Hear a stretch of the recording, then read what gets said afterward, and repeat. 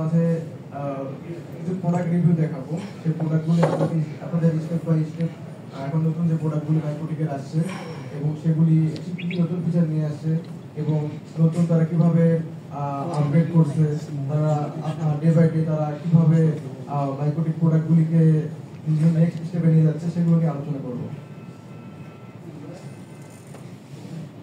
MikroTik router তারা at first থেকেই তারা সফটওয়্যার বেস নিয়ে কাজ করতো। তো ডে বাই ডে তারা সফটওয়্যার নিয়ে কাজ করার ফলে তারা রাউটারের সফটওয়্যার এবং তারা হার্ডওয়্যার নিয়ে কাজ শুরু করতো এবং তারা এমনভাবে সফটওয়্যার নিয়ে কাজ করছে যে সফটওয়্যারগুলির মাধ্যমে আমরা ইজিলি মেইনটেইন করতে পারি এবং মাইক্রোটিক রাউটারের যে ওয়েব পেজ, যেটা আমরা ওয়েব পেজ ইউজ করি, আবার হচ্ছে আমরা থার্ড পার্টি সফটওয়্যার যেরকম উইনবক্স দিয়ে আমরা সহজেই মেইনটেইন করতে পারি এবং এটা ইউজার ফ্রেন্ডলি।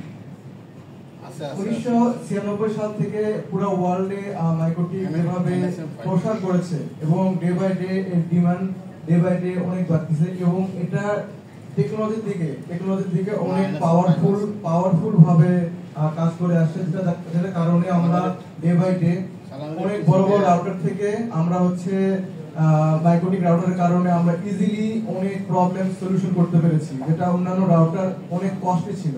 সেখান থেকে আমরা মাইক্রোটিক রাউটারটা আসার ফলে আমরা অনেক উপকৃত হয়েছি, যার কারণে আমরা ইজিলি মেইনটেইন করা, রাউটারের বিভিন্ন ফিচার নিয়ে আমরা কাজ করা, ইজিলি সবকিছু আমরা হ্যান্ডেল করতে পারি।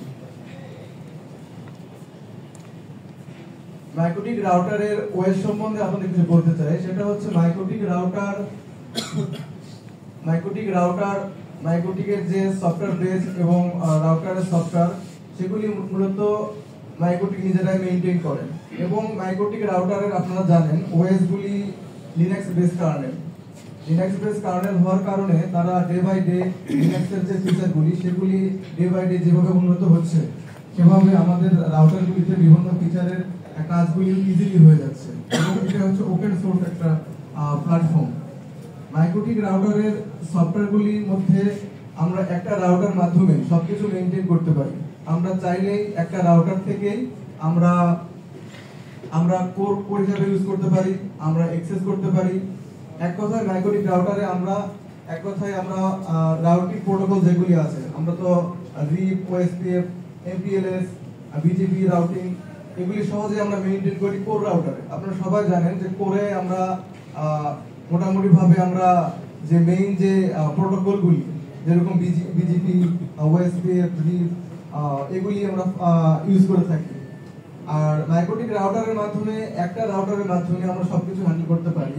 আর হচ্ছে মাইক্রোটিক রাউটার ফিচারগুলির মধ্যে পাওয়ারফুল ফিচারগুলি হচ্ছে ফায়ারওয়াল ডে বাই ডে পাওয়ারের জন্য খুব সুইটেবল এবং 4টা 100G পোর্ট এবং আপনারা চাইলে 100G পোর্টকে 40G পোর্ট বা 25G পোর্ট করে ইউজ করতে পারবেন।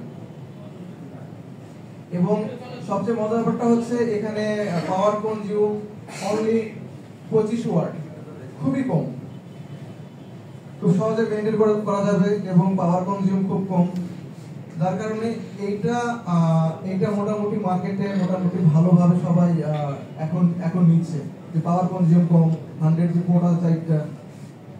তো এই রাউটারটা মোটামুটি এখন সুইচটা মোটামুটি এখন ভালো একটা ট্রেন্ডিং এ আছে। আশা করি এটা একটা সময় গিয়ে ভালো একটা পর্যায়ে যাবে।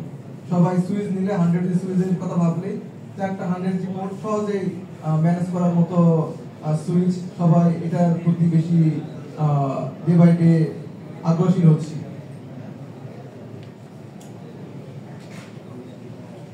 এখন যে রাউটারগুলি নিয়ে আলোচনা করব সেগুলি হচ্ছে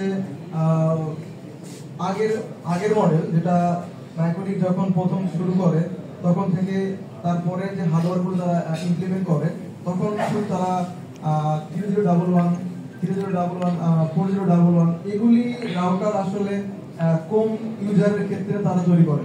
আপনারা এটাও জানেন যে মাইক্রোটিক রাউটার তারা যখন বোর্ড নিয়ে কাজ করে, ছোট বোর্ড নিয়ে কাজ করে, তারা সবসময় কাজ করে আসে ছোট বোর্ড নিয়ে, ছোট বোর্ড, যেটা হচ্ছে মার্কেট প্লেসে সবার জন্যই দরকার ছিল। আপনারা মনে করেন যারা অনেক বড় রাউটার আছে কিন্তু আমরা হচ্ছে ওটা নিয়ে কাজ করতে পারি না, ছোট রাউটারগুলোতে আমরা কি করতে পারি, সহজেই কাজ করতে পারি। শেখার জন্য বলেন, আমরা ছোট পরিসরে কোনো কানেকশন এরিয়া বলেন, আমরা খুব সহজে কিন্তু মেইনটেইন করতে পারি। তো তারা 3011 যে সময়টা নিয়ে আসছে সেই সময়টা মোটামুটি ইউজার এন্ডের যে ভ্যালুটা ছিল সেটা মোটামুটি তারা ইউজার এন্ডের কথা ভেবে চিন্তা ভাবনা করে তারা হচ্ছে ছোট মানের রাউটারের মধ্যে এটা মোটামুটি মিডিয়াম টাইপের একটা রাউটার, যেটা হচ্ছে সহজে 100 বা 150 ইউজার যারা ইউজ করেন তাদের জন্য এই রাউটারের কথা ভেবে তারা এই রাউটারগুলো নিয়ে আসছে, যে 150 ইউজারের জন্য সহজে ম্যানেজ করা যায়। এই জন্য এখন যেটা আমি বললাম যে মাইক্রোটিক রাউটার ছোট পরিসরে ল্যাব টেস্ট বলেন বা ছোট পরিসরে ছোট একটা এরিয়া বলেন বা কম ইউজারের জন্য বলেন, সেই প্রেক্ষাপটে মাইক্রোটিক রাউটার হেক্সলাইট, হেক্সকিউলাইট, হেক্সকিউ এগুলি ছোট পরিসরে যে রাউটার যে বোর্ডগুলি আছে তারা নিয়ে আসছিল শুধুমাত্র কাস্টমার এন্ড থেকে ভালোভাবে যেন তারা এটা দেখতে পারে এবং তারা যেন সহজে কাজ শিখতে পারে। এখন অনেকেই আছে যারা আইএসপি বিজনেসম্যান, তারা কিন্তু অনেকেই বলে ভাই আমরা হচ্ছে ছোট রাউটারটা দেন, আমরা শিখবো, শেখার পরে আমরা হচ্ছে কাজ করব। অনেকে আবার ল্যাব টেস্ট করার জন্য ছোট রাউটারগুলো নিয়ে থাকেন, যেটার মাধ্যমে তারা হচ্ছে কাজ শেখার জন্য। এখন অনেকে মনে করে যে আমি কাজ শিখবো, আমার তো বড় রাউটার দিয়ে তো আমি ওটা রিয়েল টাইম আমি ইউজ করবো, কিন্তু আমার ছোট পরিসরের রাউটার দরকার যেটার মাধ্যমে আমি কাজও শিখতে পারি। তো তাদের জন্য এবং ছোট নেটওয়ার্ক করার জন্য এইসব রাউটার মাইক্রোটিক যখন প্রথমের দিকে তারা হচ্ছে এই ছোট পরিসরের বোর্ড নিয়ে কাজ করছে, যার কারণে আস্তে আস্তে ছোট পরিসরের বোর্ডগুলি দিয়ে তারা আসলে ছোট পরিসরে যে বোর্ডগুলি আছে এগুলি দিয়ে যে কাজ করা যায়, বড় পরিসরে যে বোর্ডগুলি আছে এগুলো দিয়ে সেম কাজ করা যায়। এখন সেই কারণে আস্তে আস্তে এগুলি শেখার ফলে মাইক্রোটিক রাউটারের চাহিদা ডে বাই ডে আরো এক ধাপ এগিয়ে গেছে, অনেক ভালোভাবে তারা এই কাজটা করতে পেরেছে। ছোট পরিসরের রাউটারগুলি দিয়ে বড় পরিসরে যে কাজগুলি করা তারা এগুলো করতে পেরেছে।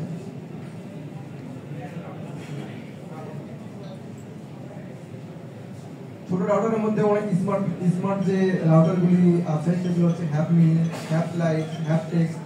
এগুলির মধ্যে মোটামুটি র্যাম, রোম, চিপ সবকিছুই খুবই ছোট পরিসরে, খুব অল্প পরিসরে দেওয়া থাকে, র্যাম খুব কম, রোম খুব কম। তো এগুলি মোটামুটি ছোট এরিয়া, সে আপনার 50 জন বা 20 জন একটা এরিয়া আছে, তো সেই ক্ষেত্রে আমি একটা রাউটার ইউজ করব, সেই ক্ষেত্রে মোটামুটি এই রাউটারগুলি ইউজ করা যায়। আর এই রাউটারগুলি মোটামুটি ল্যাব টেস্টের জন্য খুবই গুরুত্বপূর্ণ। যারা হচ্ছে বড় বড় ল্যাব করে, অনেক সময় দেখা যায় যে আমরা ল্যাব করবো কি দিয়ে, অনেকে ইউজ করে ইভিএনজি ইউজ করে, পিনেট ইউজ করে, কিন্তু রিয়েল টাইম যে ল্যাবগুলি এটার মধ্যে কিন্তু মজা অন্য কোথাও নাই।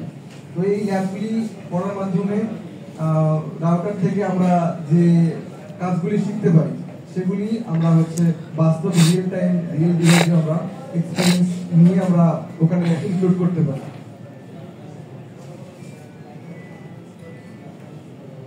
মাইক্রোটিকের এপির মধ্যে এখন এলটিএ 5G এই এপিগুলিতে মোটামুটি পাওয়ারফুল, যেটা পিউই মেইনটেইন করে ইউজ করা যায়, পিউই ইউজ করে সহজেই এটা হ্যান্ডেল করা যায়। এবং দেখেন এগুলিতে হাই স্পিড ইন্টারনেট এবং এগুলি সহজেই ফোন সিগন্যাল সহজে ট্রান্সমিট করতে পারে। এবং ইথারের মাধ্যমে আমরা যে বুঝি RJ45 ক্যাবেল সংযোগ করে পাওয়ারফুল সংযোগ করে আমরা সহজেই ইউজ করতে পারি। এবং পিউই পোর্ট থাকার কারণে আমরা পিউই ইনজেক্টরের মাধ্যমে সহজে পাওয়ার দিতে পারি। আর এখানে যে প্রসেসরগুলো ইউজ করছে সেগুলি হচ্ছে এআরএম প্রসেসর, খুব ভালো মানের প্রসেসর। এবং আমাদের যারা মোটামুটি আমরা এপি ইউজ করি, এগুলি হচ্ছে আমরা ইউজ করি মোটামুটি একটা ভালো কোনো অফিস আদালত বা আমরা এগুলি ইউজ করে থাকি মোটামুটি যেগুলিতে আমরা ভালো মানের স্পেস আছে সেগুলিতে এই এপিগুলি ইউজ করা হয়। এবং এই এপিগুলি মাইক্রোটিকের এপিগুলি মোটামুটি মানসম্মত এবং আগের এপিগুলির তুলনায় এগুলি মোটামুটি অ্যান্টেনাগুলো খুব পাওয়ারফুল, যার কারণে খুব সহজেই মাইক্রোটিক রাউটারের এপিগুলি সহজেই ম্যানেজ করা যায়।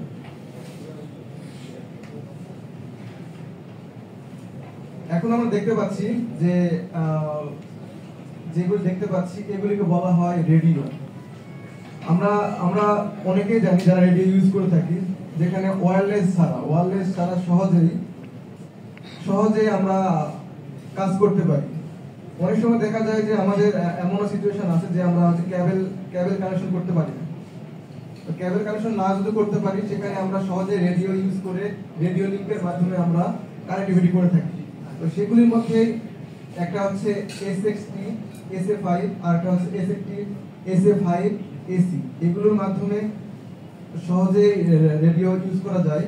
আর আরো দুইটা আছে, সেটা হচ্ছে ম্যানটেক্স বক্স 5 to 15S আর ম্যানটেক্স বক্স 15S।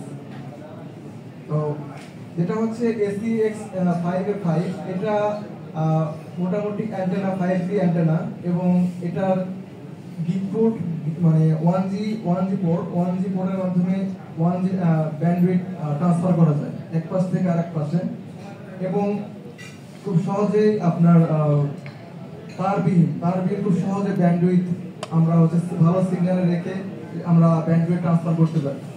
এগুলো হচ্ছে মাইক্রোটেকের রেডিও ডিভাইস। এই রেডিওগুলি খুব ভালো, এক কথায় ভালো, অনেকে ইউজ করতেছে, আমাদের দেশীয় ভাবে অনেকে ইউজ করতেছে। তো ম্যাট্রিক্স বক্স যেগুলি আছে ওগুলো থেকে এগুলি বেশি পাওয়ারফুল। এগুলো দিয়ে মোটামুটি খুব সহজে গিগ পোর্ট আছে, এসএফটি পোর্টও আছে, যারা এসএফটির মাধ্যমে কানেক্টিভিটি করবে।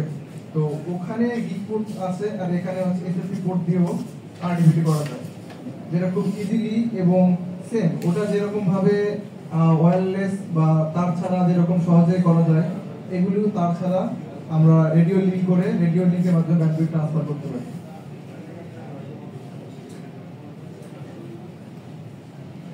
আমরা এখন ম্যাপের একটা দেখতে পাচ্ছি, cap light AP, wifi AP. এই এপিগুলি বড় অফিস বা আদালত বা হাসপাতাল এগুলোর ক্ষেত্রে এই এপিগুলো ইউজ করে থাকি, যেগুলি সৌন্দর্যের দিক দিয়েও ভালো এবং মোটামুটি ভালো একটা কাভারেজ দিয়ে থাকে। যেটা আমরা ছোট রাউটারে যেটা পারে না, সেটা হচ্ছে এপির মাধ্যমে সহজে হ্যান্ডেল করতে পারি। এগুলো হচ্ছে ইনডোর এপিগুলি। নিচে যেটা আছে সেটা হচ্ছে ওয়াইফ, এটা হচ্ছে আউটডোর এপি। আমরা জানি ইনডোর মানে হচ্ছে যেটা রুম বা রুমের মধ্যে, আর আউটডোর মানে যেটা হচ্ছে অফিসের বাইরে, যেটা আউটডোরে ইউজ করে থাকি, এক কথায় বাহিরে। আমরা যে এসএফপি গুলো ইউজ করে থাকি, তো মাইক্রোটেকের এসএফপি আমাদের মাঝে অনেক এসএফপি আছে, 1G এসএফপি, 10G এসএফপি, যেগুলি আমরা তো এসএফপির সঙ্গে সবাই পরিচিত। এসএফপি দিয়ে আমরা ব্যান্ডউইথ ট্রান্সফার করে থাকি এসএফপির মাধ্যমে ফাইবার কানেক্টিভিটি করি। এখন মাইক্রোটেকেরও বিভিন্ন রকম এসএফপি মার্কেটে অ্যাভেলেবেল আছে। তো যেগুলি 10 কিলো, 20 কিলো, 40 কিলো এবং 60-80 কিলো সবগুলি অ্যাভেলেবেল।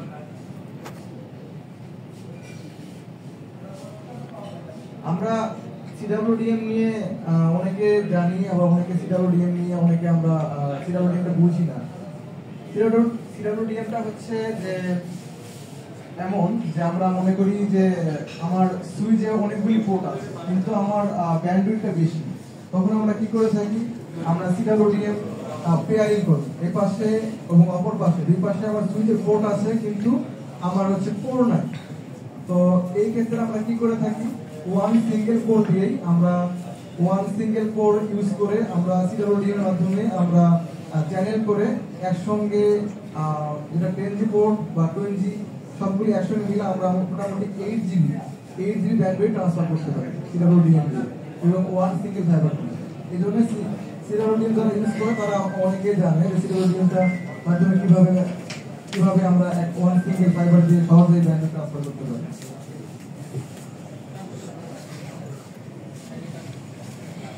এখন আপনাদের আমি দেখাবো যে আমাদের কিছু আলতাইর কিছু প্রোডাক্ট, যেটার মাধ্যমে আমরা মাল্টি এলসিডি আপলোডিং সাপোর্টেড, এবং এখানে মোটামুটি 2216 যেটা নতুন আসছে, রাউটার নামটা হচ্ছে CCR2216।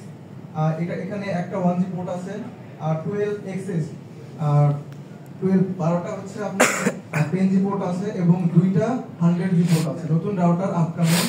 এখানে মোটামুটি অন্যান্য রাউটারের তুলনায় এখানে সিপিইউ যেটা ইউজ করা হয়েছে সেটা হচ্ছে অ্যামাজন আপারনা। এটা খুব ভালো মানের একটা সিপিইউ, আর 16 কোরের সিপিইউ। এখানে মোটামুটি আগের যেগুলো সিপিইউ ছিল সেখানকার চাইতে 4 গুণ বেশি গতিসম্পন্ন।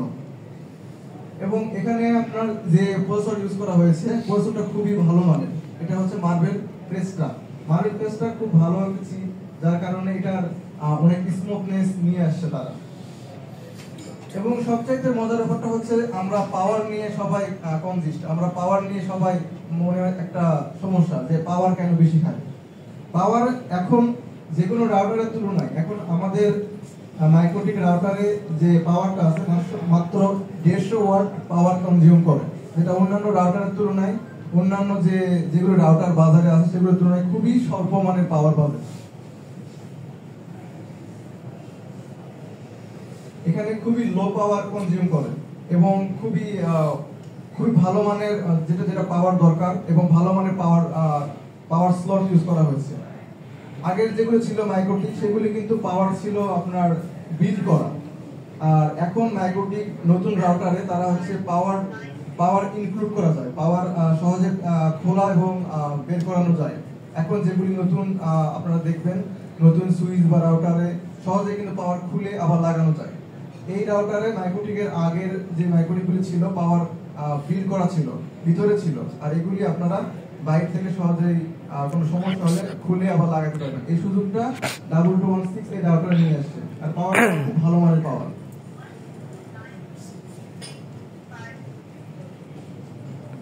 এখন আপনারা দেখে চিনতে পারতেছেন এসব রাউটার যে CCR 1016 12G, মানে CCR 1016 আর 12G 12টা গিগ পোর্ট আছে। এগুলো যেরকম আগে যেরকম 2GB আগের রাউটার যেগুলো ছিল, আগের রাউটারগুলিতে খুবই কম RAM ইউজ করা হতো, খুবই কম মানের RAM ইউজ করা হতো, যেরকম আপনার 1016 16 কোর এবং খুবই টি প্রসেসর ছিল, যেটা আপনারা সবাই পরিচিত টি প্রসেসর, এবং হচ্ছে এটা RAM ছিল খুব কম এবং মোটামুটি এগুলি টাচ স্ক্রিন দিয়ে আমরা ইউজ করতে পারতাম, টাচ স্ক্রিন ছিল যুক্ত ছিল এবং এগুলি মোটামুটি আপনার খুব র্যাকে খুব সুন্দর ভাবে মেইনটেইন করা যেত। আবার তারা হচ্ছে ওটাকে মডিফাই করে 1016 12G 1S যেটা আমরা নিয়ে আসছিল, সেখানে মোটামুটি 12টা এসএফপি পোর্ট ছিল এবং মোটামুটি একটা কপার পোর্ট ছিল, যেটা তারা নতুন ভাবে চেঞ্জেস করে নিয়ে আসছে। তো ডে বাই ডে তারা 1016 থেকে শুরু করে CCR 1036, যেটা আপনারা মোটামুটি সবার কাছে মোস্ট পপুলার একটা router, 1016 4S plus 1016 12G 4S plus EM-টা, তারপর 1016 2S প্লাস, এর দুইটা 10G পোর্ট আছে। তো এগুলিতে মোটামুটি তারা ডে বাই ডে তাদের ভেরিয়েন্ট চেঞ্জ করে নিয়ে আসছে। আগের রাউটারগুলিতে ছিল মাত্র 2GB RAM বা 4GB RAM, কিন্তু এখন ওখান থেকে তারা হচ্ছে ডে বাই ডে আস্তে আস্তে তারা 4 থেকে 8GB RAM, ভালো মানের প্রসেসর, 36 কোর প্রসেসর, আগে ছিল 16 কোর বা 16 কোর প্রসেসর, 8 কোর প্রসেসর, সেখান থেকে তারা মোটামুটি 1036 যেটা 2S প্লাস EM যেটা, সেখানে মোটামুটি 8GB RAM ভালো ভেরিয়েন্টে নিয়ে আসছিল। তো ডে বাই ডে এখন 2216 বলেন 2116 বলেন, এগুলি ভেরিয়েন্ট চেঞ্জ, এগুলিতে মোটামুটি এখান থেকে অনেক ইমপ্লিমেন্ট করছে তারা। আমি যেটা বললাম এখন CCR 2216 নতুন ভেরিয়েন্ট, এটা দেখেন 16 কোর প্রসেসর দেওয়া আছে, ভালো মানের সারা ফেলেছে। আগে রাউটারগুলি ছিল সেগুলোতে মোটামুটি বিজিবিতে যে ইস্যুটা ছিল, বিজিবি কানেক্টিভিটি বলেন, বিজিবি পেয়ারিং বলেন, এখান থেকে 2216 যে রাউটারটা আছে এখানে 4 গুণ বেশি গতিসম্পন্ন, কানেক্টিভিটি ভালো। এখন নতুন যে CCR এর যে প্রসেসরটা আসছে সেটাও খুব ভালো মানের প্রসেসর, ARM প্রসেসর, যেটা আগের থেকে খুব ভালো মানের। আর CCR 2004 এটা হচ্ছে আমরা সার্ভারে ইউজ করে থাকি, সার্ভারের আপনার যেটা বলি সার্ভারের লাইন কাট আমরা বলে থাকি। এইটার মোটামুটি ভাবে খুব ভালো মানের ARM প্রসেসর ইউজ করা হয়েছে যেটা মোটামুটি 2টা PNG পোর্ট ইউজ করা হয়েছে এবং 4GB RAM ইউজ করা হয়েছে। এটা আমরা সার্ভার যারা পিসি মাইক্রোটিক বানায়, যারা সার্ভার মাইক্রোটিক বানায়, তারা এটার সঙ্গে অনেকেই পরিচিত। কিন্তু বর্তমানে এইটা খুব মডিফাই করে তারা হচ্ছে কার্ডের মধ্যে OSB 4, কার্ডের মধ্যে তারা হচ্ছে RAM সিস্টেম করা সবকিছু ইনক্লুড করে দিয়েছে, যার কারণে এটা আরো বেশি ভালো মানে। CCR 2004 এটা নতুন আপকামিং একটা প্রোডাক্ট, যেটা আমরা মোটামুটি সবাই জানি যে এটা মোটামুটি যারা নিয়েছেন তারা জানবেন যে এটা মোটামুটি অন্যান্য রাউটারের তুলনায় এটা খুব ভালো মানে। এটা 16টা গিগ পোর্ট আছে, 2টা SSD কেস এবং একটা 1G পোর্ট আছে, তার মধ্যে সহজে আমরা মেইনটেইন করতে পারি।